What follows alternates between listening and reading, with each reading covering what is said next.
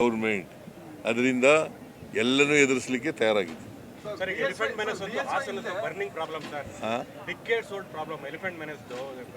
ಅದೇ ಅನಿಮಲ್ಲು ಅದನ್ನೆಲ್ಲ ಮಾತಾಡಬೇಕು ಅಂತಂದರೆ ಟೈಮ್ ಸಿಗಲಿಲ್ಲ.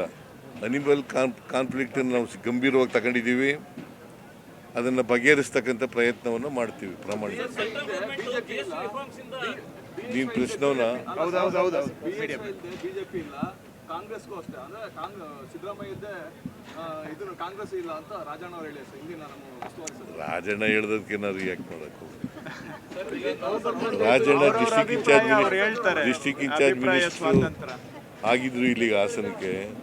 ಅವ್ರು ಹೇಳ್ತಾರೆ, ಅದಕ್ಕೆಲ್ಲ ನಾನು ಉತ್ತರ ಕೊಡಲ್ಲ. ಈಗ ನೋಡ್ರಿ,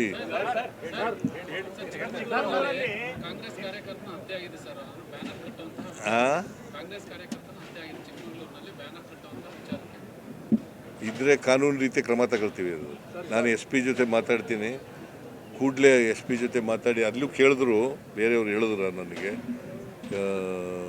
ಏರ್ಪೋರ್ಟ್ನಲ್ಲಿ